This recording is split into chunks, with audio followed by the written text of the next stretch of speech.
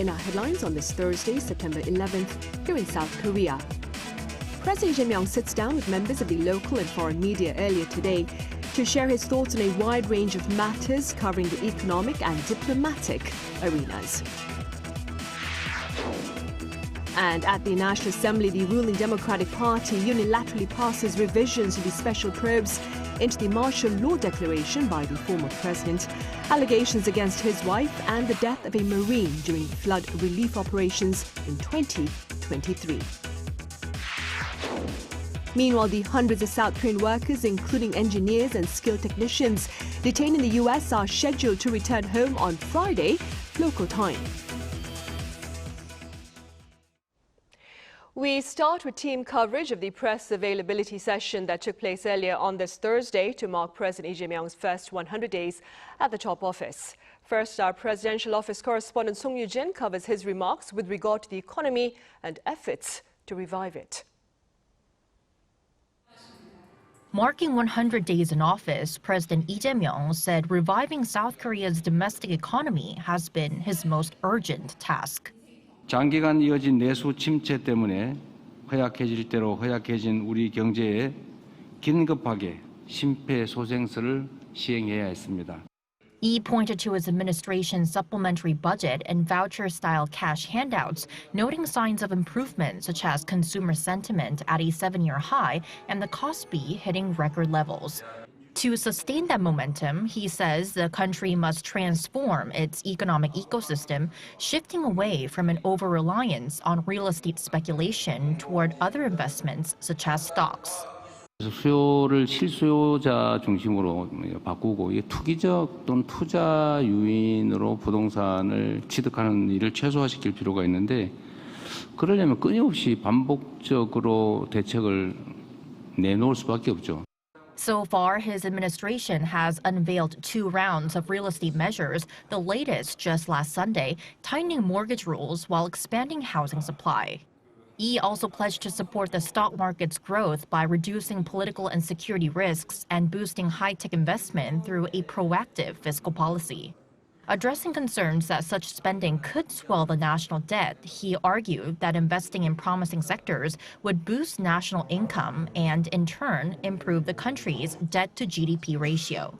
On the controversial issue of the government's plan to lower the capital gains tax threshold for large shareholders, the president signaled flexibility. 야당도 요구하고 또 여당도 또 그냥 놔두면 좋겠다는 의견이고 저한테 메시지도 막 많이 오고 그런 걸 봐서는 굳이 50억을 10억으로 내리자 반드시 그렇게 해야 되겠다 그렇게 생각하지는 않습니다. President Lee reaffirmed that such progress will only be possible through unity and communication across party lines, a message he has consistently emphasized since taking office. President Lee says the remaining 4 years and 9 months of his term will be a time of growth and progress through governance rooted in unity. It remains to be seen how his administration will steer the country toward recovery and a new leap forward. Song Yoo-jin, Arirang News. Also, during that press conference, the president shared concerns about future investment in the U.S. by South Korean businesses, given the recent detention of hundreds of South Korean workers by U.S. federal agents. Here's our correspondent, Yoon Jung-min. When asked whether the recent controversial raid at a Hyundai factory in Georgia would affect future Korean investments in the U.S., President Lee Jae-myung responded, 기업들 입장에서는 미국의 현지 공장을 설립한다는 게 이거 앞으로 온갖 불이익을 주거나 아니면 어려워질 텐데 이거 해야 되나? 이런 고민을 안 할 수가 없겠죠. President Lee said this at a news conference commemorating his first 100 days in office, explaining why their release, initially planned for Wednesday, was delayed. He noted that improving visa regulations is in the works with the U.S., such as issuing visas related to U.S. investment, securing certain quotas, or creating a new type of visa. As for ongoing follow-up trade talks with Washington, after reaching a framework trade deal in July to lower the Trump administration's sweeping tariffs, The South Korean leader said he will never make a decision that goes against the national interests. He added that on the surface, negotiations may seem unreasonable and irrational, but will be concluded in a reasonable way. On North Korea, President Lee noted that cross-border ties remain frosty, but his efforts for peace and dialogue will continue in the interest of the nation. 북미 대화가 열리는 게 한반도 평화와 안정에 도움된다. 미국의 대통령 트럼프라는 사람의 특성이 또 한반도 평화 안정 확보에 더 도움이 된다. The topic topped the agenda last month when the two leaders met at the Oval Office, as Lee asked Trump to play the role of a peacemaker, while he plays a pacemaker. On relations with Japan, President Lee noted he will take the two-track approach when it comes to disputes and cooperation, adding that such a stance will continue despite a leadership change in Japan, as Japan's Prime Minister Shigeru Ishiba is soon to step down. The first 100 days in office have been often seen as a yardstick to measure the accomplishments of presidents in their early days. Eyes are on how President Lee's pragmatic diplomacy will materialize for the rest of his 5-year term. Yoon Jung-min, Arirang News.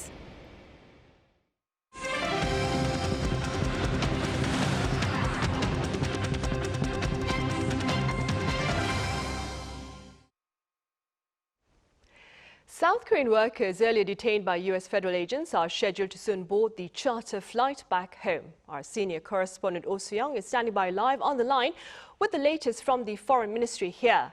Soo-young, it's good to have you on. So the workers I hear are on their way to Atlanta's Hartsfield-Jackson International Airport. Do tell us more. Sure, Sunny. The released Koreans boarded buses and left the Georgia detention facility at around 2 a.m. on Thursday local time. That was around 3 p.m. here in Seoul about 2 hours ago, according to the Foreign Ministry in Seoul. They headed straight to the airport with their bags packed for them, so all ready to go. And 316 Koreans in total will be proceeding with their voluntary departure from the United States as negotiated by Seoul and Washington. As the two governments have not specified their individual visa status nor the legality of their stay in the U.S., it seems that they've avoided gaining an immigration violation record or any disadvantages should they later want to re-enter the United States. One person is reportedly staying behind as they have a permanent residency in the country. A total of 330 passengers will board the chartered flight, including 10 Chinese, 3 Japanese and 1 Indonesian national who are also detained in the same raid. Right, I see. Meanwhile, Soo-young, I understand we now also know why the planned departure for Wednesday was delayed. Do fill us in. Sure. So Seoul officials say that the Wednesday departure plan was paused by none other than U.S. President Donald Trump. He reportedly called for ways to allow Korean workers to stay on that factory. He also objected to the Koreans being handcuffed by the immigration authorities. Regarding the mass arrest, the President and the White House have commented on the value of foreign investment in America, especially in the semiconductor and battery sectors, emphasizing the need to hire and train American workers, of course, but also acknowledging the need for skilled foreign workers in the initial stages. However, Seoul decided to proceed with the voluntary departure first and then perhaps re-entry later. And an official told me that this could be seen as a move that demonstrates South Korea's respect for American law.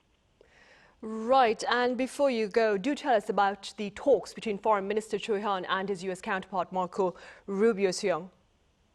Yes, according to our Foreign Ministry, the two officials met on Wednesday at the White House. The two sides confirmed the arrangement for the detainees' voluntary departure, with Foreign Minister Cho Hyun suggesting the creation of a working group on visa-related issues. The visa-related working group was discussed at the Korea-U.S. Foreign Ministers meeting, and consultations will continue at the working level going forward. As a matter of principle, we believe the United States has also agreed. Well, we can assume that Seoul will press for new visa tracks to accommodate South Korean companies' needs to set up their operations in the United States. Compared to America's other trade partners, such as Canada, Mexico, Australia, and Singapore, Seoul has no dedicated visa programs for professionals. So while companies like Hyundai, LG, Samsung SK, and POSCO are investing billions into U.S. plants, they have challenging timelines for setting up appropriate facilities and staffing them with skilled workers. Without viable visa options, they were basically stuck, and that's what seems to have led to this incident. Workers entering on short-term visas to help set up operations before ultimately leaving the United States. So with this crisis, it seems that the two allies are trying to create the opportunity to improve bilateral pathways for better economic cooperation going forward. Right, I see. All right, Seong, as always, thank you very much for that quick update. We greatly appreciate it. Meanwhile, at the National Assembly, a fierce confrontation between lawmakers across the aisle as the ruling party unilaterally passes its version of the revised bills on special probes into the previous administration. I have our political correspondent Shin Ha-young standing by on the line with details. Ha-young, welcome. Do start by walking us through this latest standoff. Sure, Sunny. Despite bipartisan agreement, the ruling party today unilaterally passed revisions to the special counsel investigations into former President Yoon Suk-yeol's martial law declaration, allegations against former First Lady Kim Gun-hee, and the death of a Marine during flood relief operations in 2023. And under the bills, special investigations into the martial law attempt and the former First Lady could be extended from 150 to 180 days, while the probe into the Marine's death could be prolonged from 120 to 150 days. And now this comes a day after the floor leaders of the ruling Democratic Party and main opposition People Power Party agreed to keep the three special counsel investigations at their current durations and struck a compromise on staffing, allowing each team up to 10 additional personnel. However, on Thursday morning, the DP declared the negotiations had collapsed, explaining that there have been backlash within the party and that the PPP rejected its offer to resume talks. Take a listen. I couldn't accept it. And since it went against the party leadership's position, I immediately ordered renegotiations. I was also quite surprised by what happened yesterday. The PPP, which boycotted the vote, criticized the breakdown of the agreement, saying the DP will be responsible for any further disruptions in the National Assembly. Take a listen. The original special counsel bill from the DP included many problematic provisions, such as unlimited investigation extensions and an expanded scope. After our party raised objections, a difficult compromise was reached. However, on President Lee Jae-myung's 100th day in office, the DP broke that agreement. Ha-young, during today's session, I hear the Parliament also voted in favor of a PPP lawmaker's arrest. You're right, Sunny. The National Assembly passed a motion for the arrest of PPP lawmaker Kwon Song-dong with 173 for, 1 against, 1 abstention, and 2 invalid votes amid a PPP boycott. And last month, a special counsel team filed for an arrest warrant against Kwon for allegedly receiving illegal political funds from a former Unification Church official in 2022. And by law, sitting lawmakers are immune from arrest while the Assembly is in session. And for them to be arrested, the Assembly must consent to it. And over half of registered lawmakers must be present for voting, and of those, the majority must vote in favor. That's all for this hour. Sunny. All right, Ha-young, thank you for that coverage. In other news, that North Korea seems to have strengthened the status of Kim Jong-un's daughter, Kim Ju-ae, as his potential successor. Now, this is according to the National Intelligence Service during a closed-door parliamentary briefing on this Thursday, highlighting her presence during her father's high-profile visit to Beijing last week to partake in China's Victory Day parade. The South Korea spy agency also asserted that Kim Jong-un does not appear to have any major health issue, while making note of North Korea's extensive efforts to protect both Kim and his daughter's biometric data. Poland has called for a meeting of NATO's main decision-making body to discuss Russia's drone incursion into Polish airspace earlier this week. Now, Russia's defense ministry, for its part, has claimed it had no plan to hit any target in Poland. But NATO Secretary General Mark Rutte pointed out that regardless of Russia's lack of any such intention, the drone invasion was reckless. Poland scrambled its defense mechanism in response to more than a dozen airspace breaches on Tuesday night and Wednesday morning. It has also requested an emergency meeting of the UN Security Council for Friday. An American political activist was shot and killed during an event on an American college campus, reigniting rampant fears about political violence in the U.S. Our Lee Seung-jae reports. Conservative activist Charlie Kirk, a close ally of U.S. President Donald Trump, was shot and killed on Wednesday during a campus event in Utah.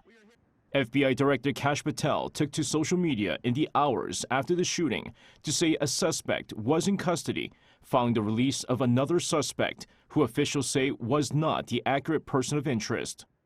Trump confirmed Kirk's death on his Truth Social platform, calling him great and even legendary. The shooting took place at Utah Valley University, where Kirk was speaking under a white tent as part of a debate hosted by his nonprofit.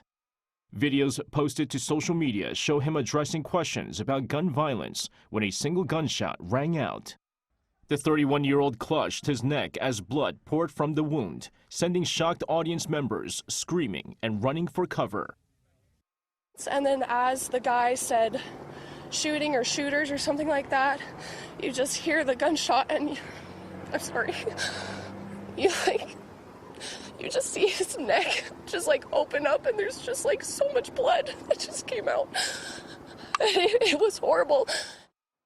One person was briefly taken into custody, but later determined not to be involved with officials, saying the person was not the accurate person of interest.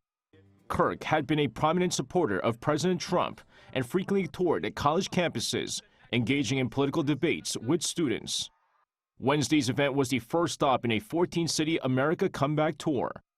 He was the co-founder and CEO of Turning Point USA, a conservative youth organization he launched in 2012, aged 18.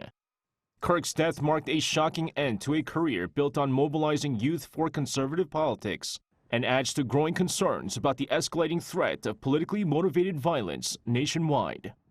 Lee Seung-jae, Arirang News. Back on the local front, President Lee Jae-myung has ordered a thorough investigation into two separate explosions that occurred during military training, one in Paju City and the other on Jeju-do Island. Our defense correspondent Kim Bo-kyung has details. 10 soldiers were injured in an explosion at an army artillery unit in the northwestern city of Paju on Wednesday. According to the army, the incident took place at around 3:20 p.m., involving 12 soldiers participating in an artillery exercise using practice shells. The practice ammunition that was being used reportedly detonated during a training drill in a K-9 self-propelled howitzer. 10 of the soldiers were injured in the explosion and are currently being treated at the Armed Forces Capital Hospital. 6 of the injured are receiving intensive care for burns in the ICU, while the remaining 4 are being treated in general wards. The Army will provide the best possible specialized medical support to ensure full treatment and recovery of the soldiers. Military police and the Army are currently investigating the exact cause of the accident, including whether there was a defect in the training rounds. On the same day, a training landmine detonator exploded at an Air Force base on Jeju-do Island. 6 reservists and 1 instructor incurred minor injuries and were discharged after being treated at a nearby hospital. In response to the explosions during training, President Lee Jae-myung called for the military on Thursday to conduct a thorough investigation into the cause of the incidents and prepare preventive measures to ensure they do not happen again using social media. Saying the state has a duty to take responsibility in treating injured soldiers and caring for their families, he added that the government will ensure the injured soldiers receive the best possible medical treatment. Kim Bo-kyung, Arirang News. Meanwhile, curtains went up on this year's K-Beauty Expo today, and our economic correspondent Kim Do-yeon was there to cover the hype and more. To take a look. For an industry where appearances are everything, this year's K-Beauty Expo Korea is putting its best face forward. It opened its doors on Thursday with the 17th annual event, 30% larger than last year, hosting over 500 companies from 12 nations. K-Beauty brought in over $10 billion in exports last year. And at this expo, it is showing its diversity. It's not just lotion and sunblock at the booths. From hair products to skin healing devices, companies are showing their latest products to potential clients, with some deals offering up to 80% off. Here at the expo, you can even get your skin analyzed instantly with a 3D image generated.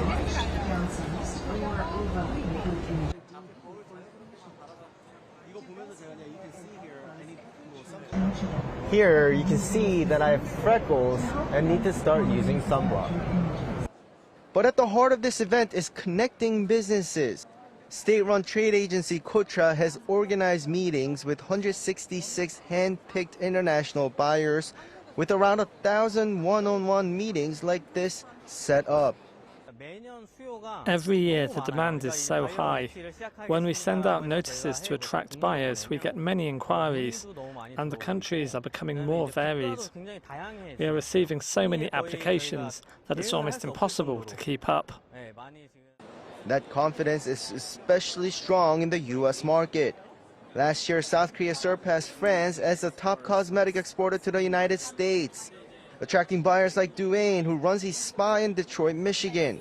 He started using and selling K-Beauty products just last year. Now, he's got 20 brands in his store.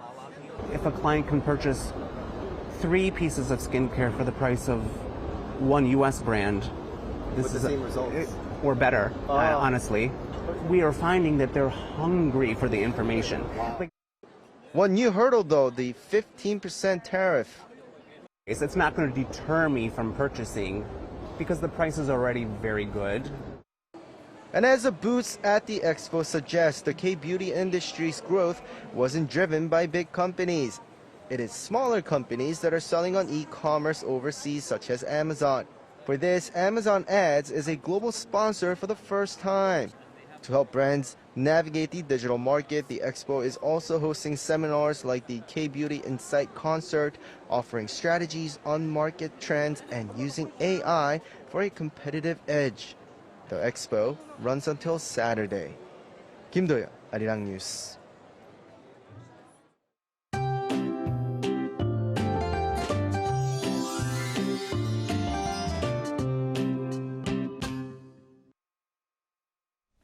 These days, the temperature differences between daily highs and lows have widened.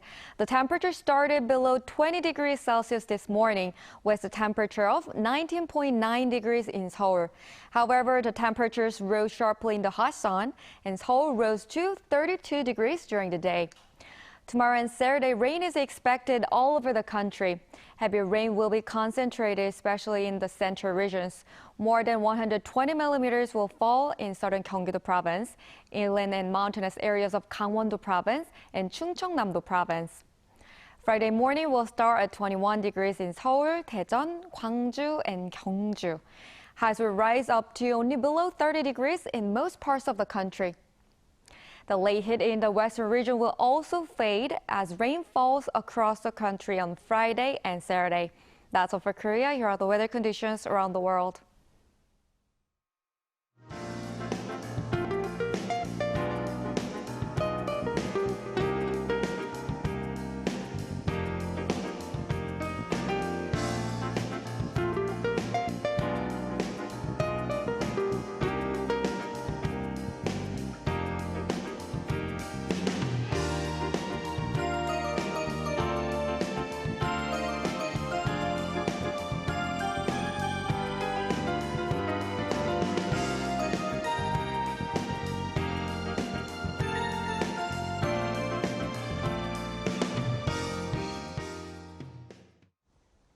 Those are the headlines at this hour here in South Korea. As always, thank you for watching.